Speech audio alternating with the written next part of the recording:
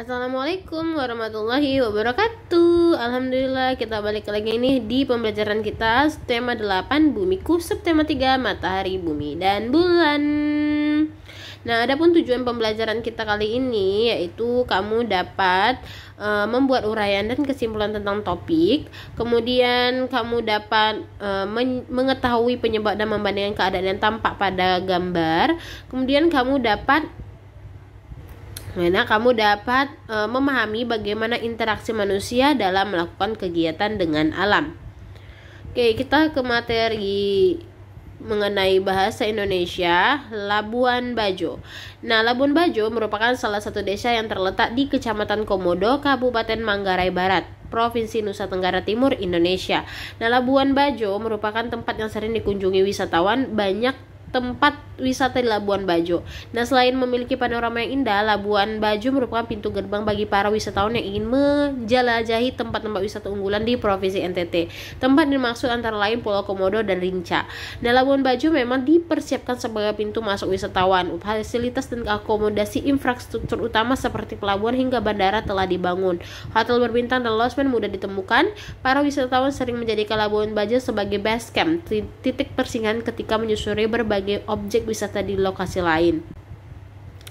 Nah, dalam paragraf tersebut dapat kita temui beberapa informasi penting ya nak. Pertama itu Labuan Bajo terletak di Kecamatan Komodo, NTT. Benar karena ada di dalam paragraf tadi? Iya betul. Kemudian Labuan Bajo merupakan pintu gerbang menuju Pulau Komodo. Benar? Iya benar. Kemudian fasilitas dan akomodasi utama bandara telah dibangun. Nah, yang keempat, hotel berbintang dan losmen mudah ditemukan.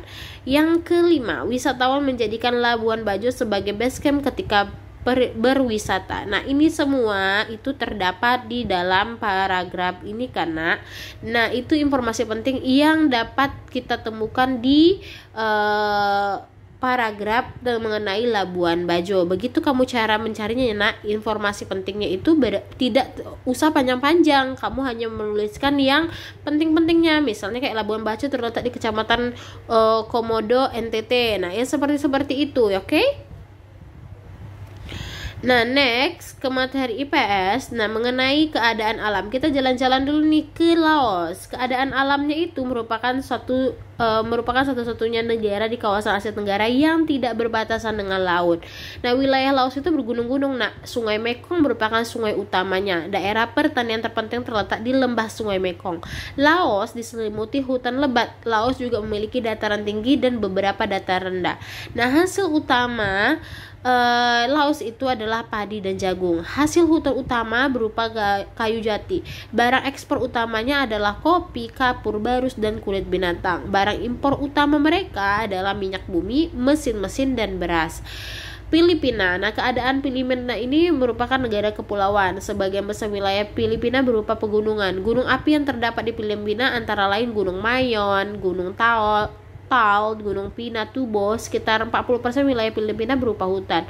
Nah, hasil hutan yang menonjol antara lain kayu bonian, kayu cedar, kayu eboni, kayu pinus, dan kayu mahoni. Hasil utama dari penduduk Filipina yang notabene adalah seorang petani. Hasil pertanian utamanya itu adalah pisang, jeruk, kelapa, kopi, tembakau, dan tebu. Nah, tanaman pangan utama adalah padi dan jagung. Hasil ternak utama mereka adalah sapi perah. Hasil tambang terutama emas, perak, dan tembaga.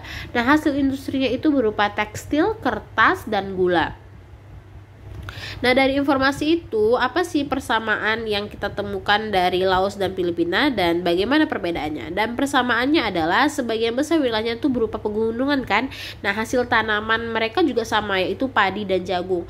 Nah, hasil ternak, perbedaannya hasil ternak utama Filipina yaitu sapi perah. Hasil hutan Laos itu yang utama adalah kayu jati. Sedangkan Laos hasil tambangnya itu adalah minyak bumi, dan hasil tambangnya itu Filipina adalah berupa emas, perak, dan tembaga. Oke, segitu dulu penjelasan dari Miss. Kalau ada yang kamu belum paham, kamu bisa bertanya kepada Miss. Assalamualaikum, bye-bye.